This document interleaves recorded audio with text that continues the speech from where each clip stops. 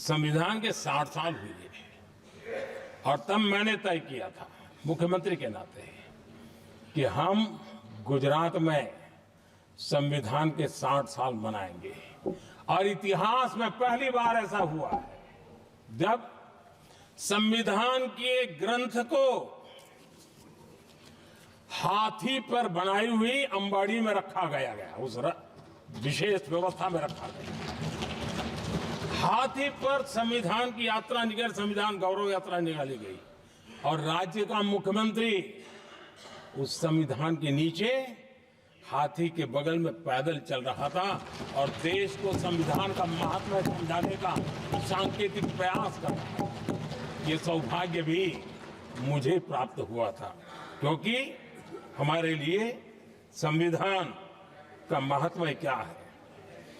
और आज 75 साल हुए हमें अवसर मिला और मुझे याद है जब मैंने लोकसभा के पुराने सदन के अंदर जब 26 नवंबर को संविधान दिवस मनाने की बात कही थी तब एक वरिष्ठ नेता ने सामने से आवाज उठाई थी कि 26 जनवरी तो है, 26 नवंबर की क्या जरूरत है। क्या भावना घर कर गई थी। ये बहुत पुरानी बात नहीं है, इसी सदन में मेरे सामने हुआ था। लेकिन आदरणीय सभापति जी, मेरे लिए खुशी की बात है कि इस विशेष सत्र में अच्छा होता संविधान की शक्ति, संविधान की विविधताओं पर चर्चा होती तो नई पीढ़ी को काम आता। लेकिन हर एक की अपनी अपनी मजबूरियां होती है, हर कोई अपना दुख किसी न किसी रूप में प्रकट करता रहता है। कईयों ने अपनी विफलताओं का दुख प्रकट किया है। अच्छा होता दलगत भावनाओं से उठ करके देश हित में संविधान की चर्चा हुई होती तो समृद्धि मिलती अनेक देश की नई पीढ़ी को। आदरणीय सभापति जी, मैं तो संविधान के प्रति विशेष आदर का भाव व्यक्त करना चाहूंगा कि संविधान की भावना थी कि मेरे जैसे अनेक लोग जो यहां पहुंच नहीं पाते, ये संविधान था जिसके कारण हम पहुंच पाए। क्योंकि हमारा कोई बैकग्राउंड नहीं था, हम यहां तक कैसे आते। ये संविधान का सामर्थ्य था, जनता जनार्दन के आशीर्वाद थे। इतना बड़ा दायित्व और मेरे जैसे बहुत लोग यहाँ भी जिनका ऐसा कोई बैकग्राउंड नहीं है, यही एक सामान्य परिवार से आए हैं और आज संविधान ने हमें यहाँ तक पहुँचाया है। और ये भी कितना बड़ा सौभाग्य है कि हमें देश ने इतना स्नेह दिया, एक बार नहीं, दो बार नहीं, 3 बार। ये हमारे संविधान के बिना संभव नहीं था। आदरणीय सभापति जी,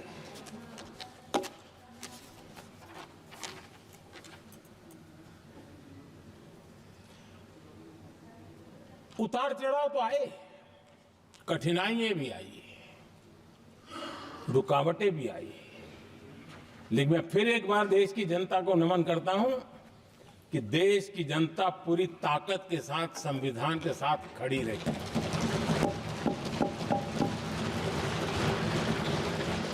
आदरणीय सभापति जी, मैं आज यहां किसी की व्यक्तिगत आलोचना करना नहीं चाहता हूं, लेकिन तथ्यों को देश के सामने रखना जरूरी है और इसलिए मैं तथ्यों को रखना चाहता हूं। कांग्रेस के एक परिवार ने संविधान को चोट पहुंचाने में कोई कोर कसर नहीं छोड़ी है।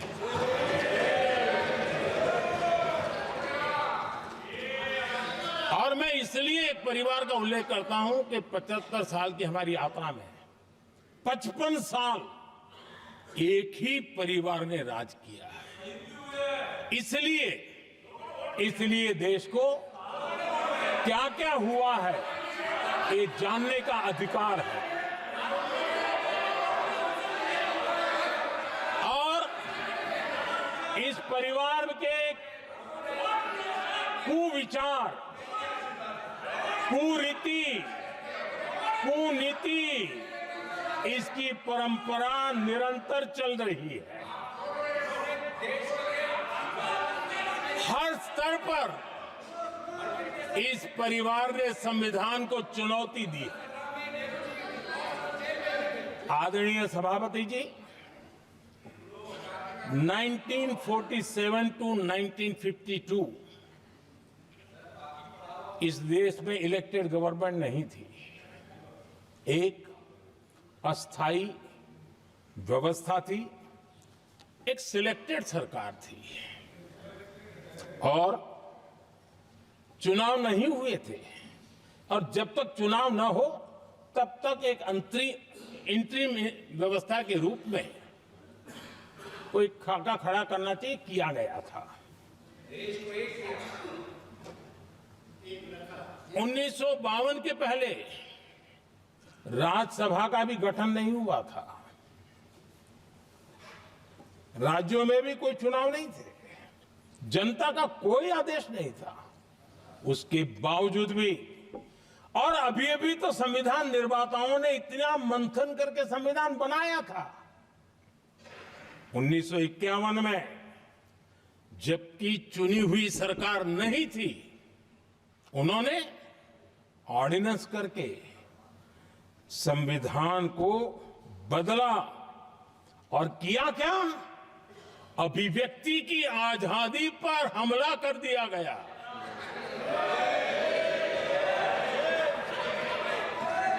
और ये संविधान निर्माताओं का भी अपमान था, क्योंकि ऐसी बातें कोई संविधान सभा में नहीं आई होगी, ऐसा नहीं है, लेकिन वहां उनकी चली नहीं। तो बाद में जैसे ही मौका मिला, उन्होंने अभिव्यक्ति की आजादी को, उस पर उन्होंने हथौड़ा मार दिया। और ये संविधान निर्माताओं का घोर अपमान है। अपने मन की चीजें जो संविधान सभा के अंदर नहीं करवा पाए, वो उन्होंने पिछले दरवाजे से किया, और वो भी चुनी हुई सरकार के वो प्रधानमंत्री नहीं थे, उन्होंने पाप किया था। इतना ही नहीं, आदरणीय सभापति जी, उसी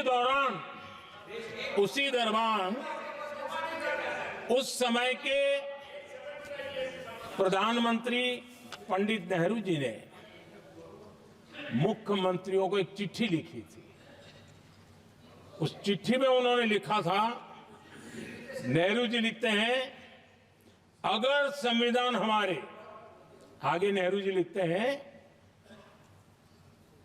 अगर संविधान हमारे रास्ते के बीच में आ जाए, ये नेहरू जी लिख रहे हैं, अगर संविधान हमारे रास्ते के बीच में आ जाए, आगे नेहरू जी कह रहे हैं, तो हर हाल में संविधान में परिवर्तन करना चाहिए। ये नेहरू जी ने मुख्यमंत्रियों को चिट्ठी लिखी।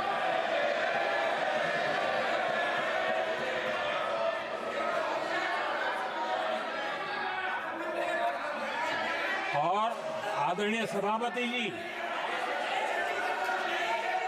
ये भी देखिए, 1951 में ये पाप किया गया, लेकिन देश चुप नहीं था। उस समय राष्ट्रपति डॉक्टर राजेंद्र प्रसाद जी ने चेताया, ये गलत हो रहा है। उस समय स्पीकर पद पर बैठे हुए हमारे स्पीकर महोदय ने भी पंडित जी को कहा, गलत कर रहे हो।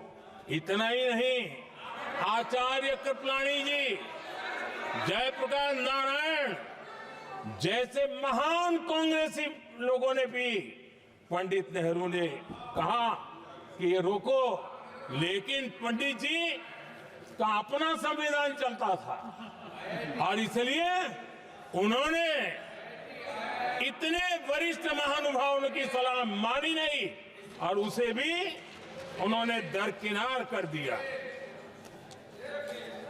और आदरणीय सभापति जी, ये संविधान संशोधन करने का ऐसा खून कांग्रेस के मुंह लग गया कि समय समय पर वो संविधान का शिकार करती रही। ये खून मुंह पे लग गया। इतना ही नहीं, संविधान के स्पिरिट को लहू लहान करती रही। आदरणीय सभापति जी, करीब 6 दशक में 75 बार संविधान बदला गया। आदरणीय सभापति जी, जो बीज देश के पहले प्रधानमंत्री जी ने बोया था, उस बीज को खाद पानी देने का काम एक और प्रधानमंत्री ने किया। उनका नाम था श्रीमती इंदिरा गांधी।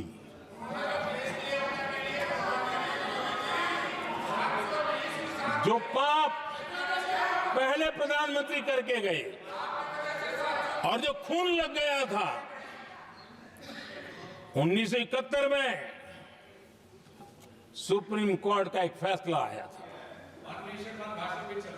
उस सुप्रीम कोर्ट के फैसले को संविधान बदल करके पलट दिया गया और 71 में यह संविधान संशोधन किया गया था। और क्या था, उन्होंने हमारे देश की अदालत के पंख काट दिए थे और यहां पर तो किया था कि संसद संविधान के किसी भी आर्टिकल में जो मर्जी पड़े वो कर सकती है और अदालत उसकी तरफ देख भी नहीं सकती है।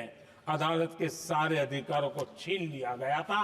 ये पाप 1971 में उस समय की प्रधानमंत्री श्रीमती इंदिरा गांधी ने किया था।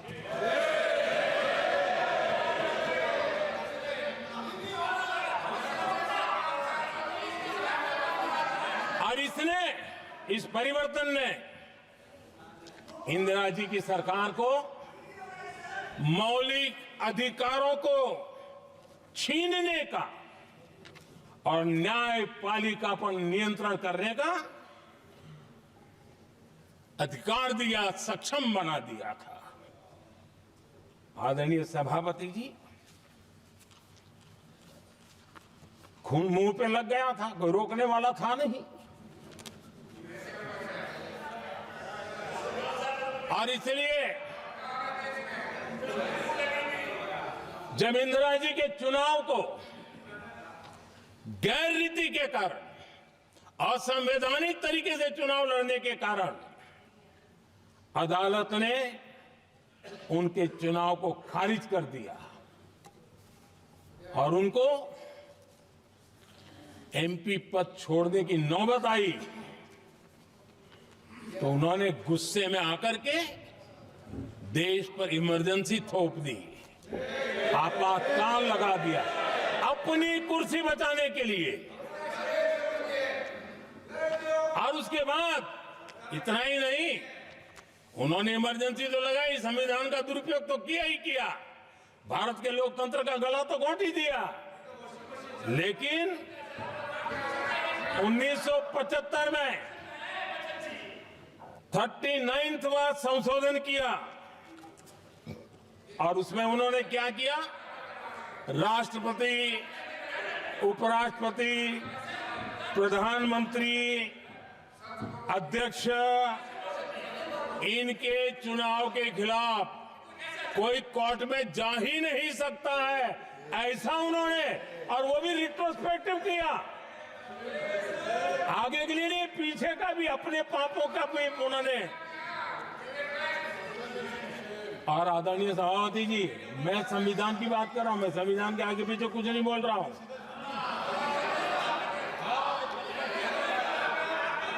आदरणीय सभापति जी,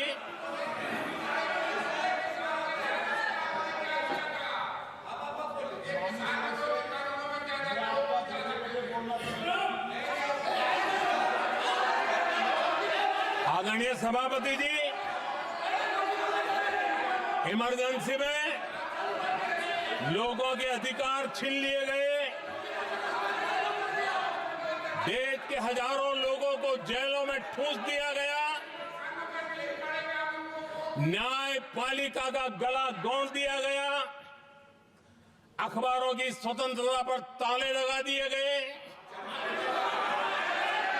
इतना ही नहीं, कमिटेड जुडिशरी, इस विचार को उन्होंने पूरी ताकत दी। और इतना ही नहीं, जिस जस्टिस एचआर खन्ना ने उनके चुनाव में उनको खिलाफ जो जजमेंट दिया था, वो इतना गुस्सा भरा था कि जब जस्टिस एचआर खन्ना, जो सीनियरिटी के आधार पर सुप्रीम कोर्ट के चीफ जस्टिस बनने थे, जिन्होंने संविधान के सम्मान करते हुए उस स्पिरिट से इंदिरा जी को सजा दी थी, उन्होंने मुख्य न्यायाधीश नहीं बनने दिया। ये संविधान और लोकतांत्रिक प्रक्रिया रही।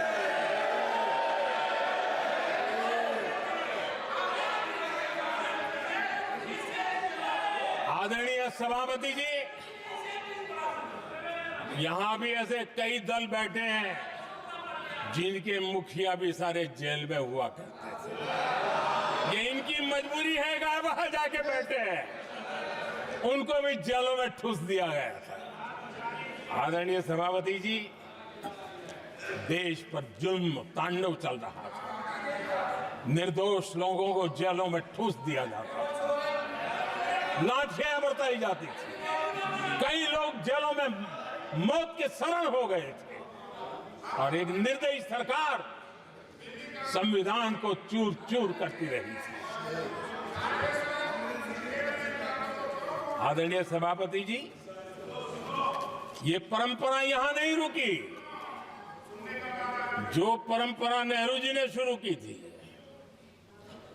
जिसको दूसरे प्रधानमंत्री जी इंदिरा जी ने आगे बढ़ाया, क्योंकि खून मुंह पे लग गया था, और इसलिए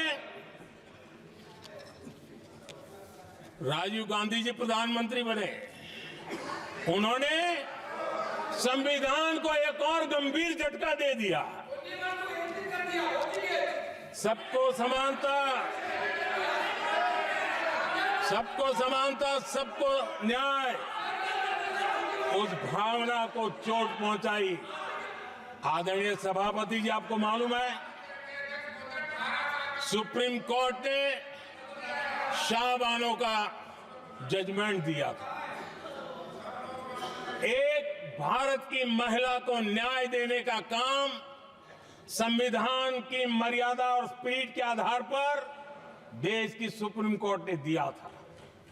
एक वृद्ध महिला को उसका हक मिला था सुप्रीम कोर्ट से, लेकिन उस समय के प्रधानमंत्री राजीव गांधी ने शाहबानो की उस भावना को, सुप्रीम कोर्ट की उस भावना को नकार दिया, और उन्होंने वोट बैंक की राजनीति के खातिर संविधान की भावना को बलि चढ़ा दिया और कट्टरपंथियों के सामने सर झुकाने का काम कर दिया। उन्होंने न्याय के लिए तड़प रही एक वृद्ध महिला को साथ देने के बजाय उन्होंने कट्टरपंथियों का साथ दिया। संसद में कानून बना करके सुप्रीम कोर्ट के निर्णय को फिर एक बार पलट दिया गया। आदरणीय सभापति जी, बात वहां से नहीं अटकी है। नेहरू जी ने शुरू किया, इंदिरा जी ने आगे बढ़ाया, और राजीव जी ने भी उसको ताकत दी, खाद पानी देने का काम किया। क्यों? संविधान के साथ खिलवाड़ करने का लहू उनके मुंह लग गया। आदरणीय सभापति जी, अगली पीढ़ी भी इसी खिलवाड़ में जुड़ी पड़ी है। एक किताब को मैं कोट कर रहा हूं। उस किताब में जो लिखा गया है, और उसमें प्रधानमंत्री उस समय के मेरे पहले जो प्रधानमंत्री थे उनको कोट किया है। उन्होंने कहा है, मुझे यह स्वीकार करना होगा कि पार्टी अध्यक्ष सत्ता का केंद्र है। ये मनमोहन सिंह जी ने कहा है, जो किताब में लिखा गया है। मुझे यह स्वीकार करना होगा कि पार्टी अध्यक्ष सत्ता का केंद्र है। सरकार पार्टी के प्रति जवाबदेह है। इतिहास में पहली बार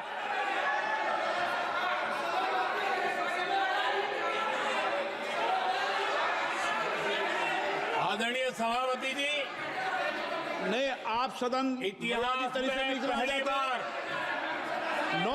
ये तरीका बिल्कुल ठीक नहीं है। सदन के नेता बोल रहे हैं, आपको मर्यादा रखनी चाहिए। ऐसे सदन नहीं चलेगा इस तरीके से, गलत तरीका आपका ये। माननीय प्रधानमंत्री जी, आदरणीय सभापति जी, इतिहास में पहली बार संविधान को ऐसी गहरी चोट पहुंचा दी गई। संविधान निर्माताओं ने चुनी हुई सरकार और चुने हुए प्रधानमंत्री की कल्पना तक ही हमारा संविधान था, लेकिन इन्होंने तो प्रधानमंत्री के ऊपर एक गैर संवैधानिक, और जिसने कोई शपथ भी नहीं लिया था, नेशनल एडवाइजरी काउंसिल पीएमओ के भी ऊपर बैठा दिया। पीएमओ के ऊपर अघोषित दर्जा दे दिया गया।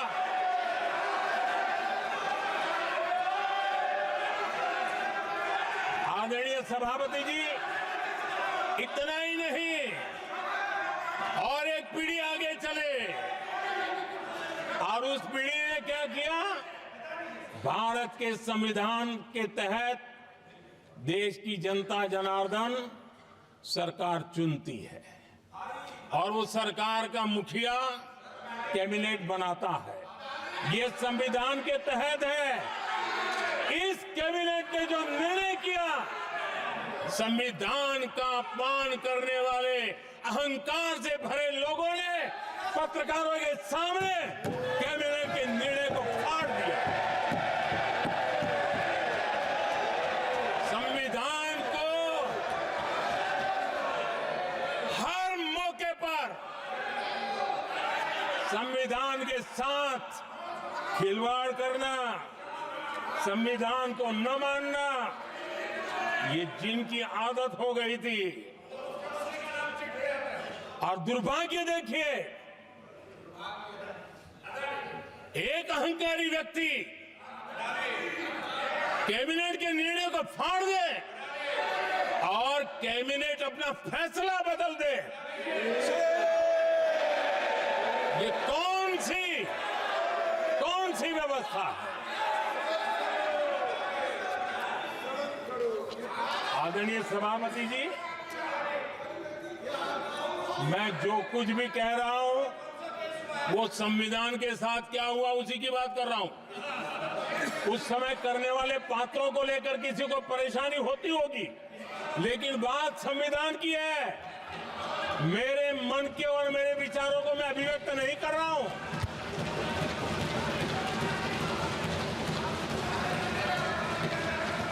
आदरणीय सभापति जी, कांग्रेस ने निरंतर संविधान की अवमानना की, संविधान के महत्व को कम किया। कांग्रेस इसके अनेक उदाहरणों से भरा पड़ा हुआ है। संविधान के साथ धोखेबाजी कैसे करते थे, संवैधानिक संस्थाओं को कैसे नहीं मानते थे, इस देश में बहुत कम लोगों को मालूम होगा।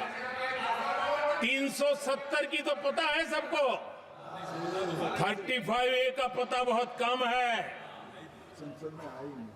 संसद में आए बिना, जबकि संसद में आना पड़ता, संसद को ही अस्वीकार कर दिया गया। भारत के संविधान का अगर कोई पहला पुत्र है तो ये संसद है, उसको भी उन्होंने गला घोटने का काम किया। 35A जो संसद में लाए बिना उन्होंने देश पर थोप दिया, और अगर 35A न होता तो जम्मू कश्मीर में जो हालत पैदा हुई वो हालत पैदा न हुई होती। राष्ट्रपति के आदेश पर यह काम किया गया और देश की संसद को अंधेरे में रखा गया। आदरणीय सभापति, ये संसद का अधिकार था, कोई अपनी मनमानी से नहीं कर सकता था, लेकिन और उनके पास बहुमत था, कर सकते थे, लेकिन वो नहीं किया क्योंकि पेट में पाप था, देश की जनता से छुपाना चाहते थे। आदरणीय सभापति जी, इतना ही नहीं, बाबा साहब आंबेडकर जिनके प्रति आज सम्मान का भाव सब कोई अनुभव कर रहा है, और हम लोगों के लिए तो बहुत विशेष है, क्योंकि हम लोगों के लिए तो जीवन में बहुत बड़ी जो कुछ भी रास्ते मिले ना वहीं से मिले हैं। आदरणीय सभापति जी, बाबा साहब आंबेडकर इनके प्रति भी इनके मन में कितनी कटुता भरी थी, कितना द्वेष भरा था, मैं आज उसके डिटेल में जाना नहीं चाहता हूं, लेकिन जब अटल जी की सरकार थी तब बाबा साहब आंबेडकर, उनका जो महापरिनिर्वाण भूमि है वहां पर अलीपुर रोड पर अटल जी की सरकार में बाबा साहब आंबेडकर जी के स्मृति में एक स्मारक बनाना तय हुआ। अटल जी के समय ये नहीं हुआ। दुर्भाग्य देखिए, 10 वर्ष यूपीए की सरकार रही, उसने इस काम को नहीं किया, न होने दिया।